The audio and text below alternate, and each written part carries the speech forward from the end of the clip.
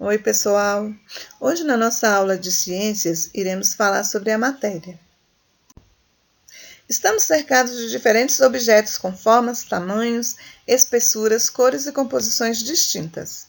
Todas as coisas que você vê, por mais diferentes que pareçam uma das outras, possuem características em comum.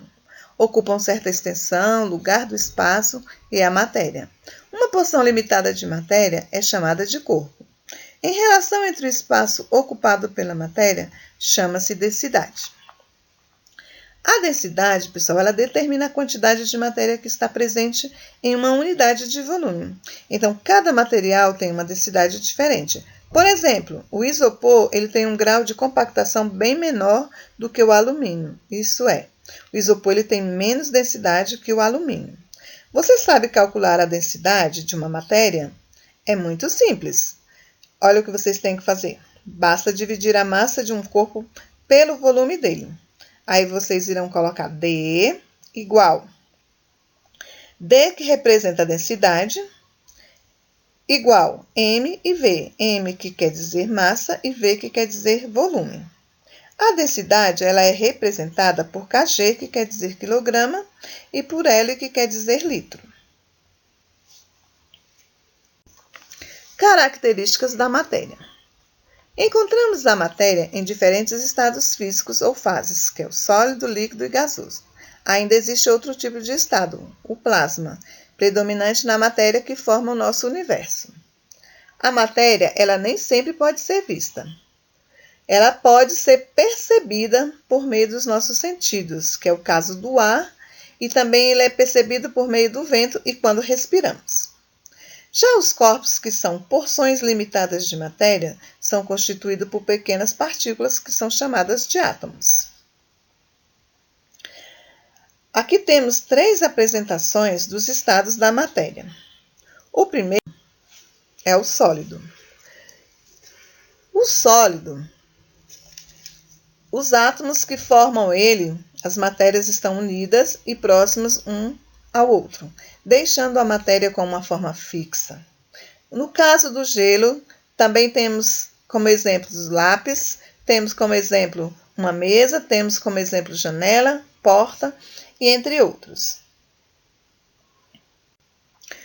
No estado líquido, o estado líquido, os átomos que formam a matéria eles estão um pouco mais afastados do que no estado sólido. Os corpos em estado líquido, ele tem a forma variável. Exemplo, a água. Já no gasoso, a matéria possui átomos bem afastados um do outro, flutuando dispersos no espaço. É o caso do ar que está na atmosfera. Propriedades gerais da matéria. Existem ao nosso redor diversos materiais com diferentes características entre si. O que diferencia os tipos de matéria são as características de cada uma. A matéria ela tem as suas características próprias. Observe abaixo, pessoal, que nós temos a massa. A massa ela é a quantidade de matéria do corpo. E para sabermos a quantidade de massa de uma matéria, nós usamos a unidade de medida, quilograma, que é o kg. Volume é a medida do espaço ocupado pela matéria. Para medirmos o volume de uma matéria, utilizamos a unidade de medida litro. Também temos abaixo propriedades gerais da matéria. As propriedades gerais da matéria, nós temos a impenetrabilidade.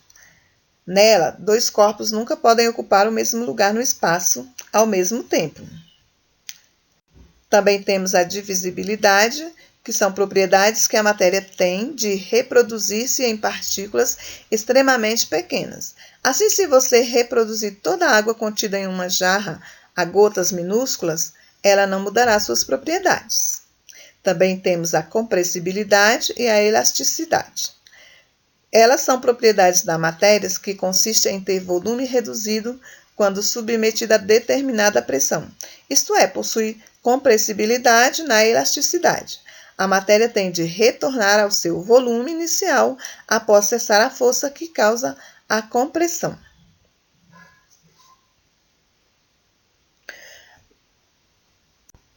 propriedades específicas da matéria.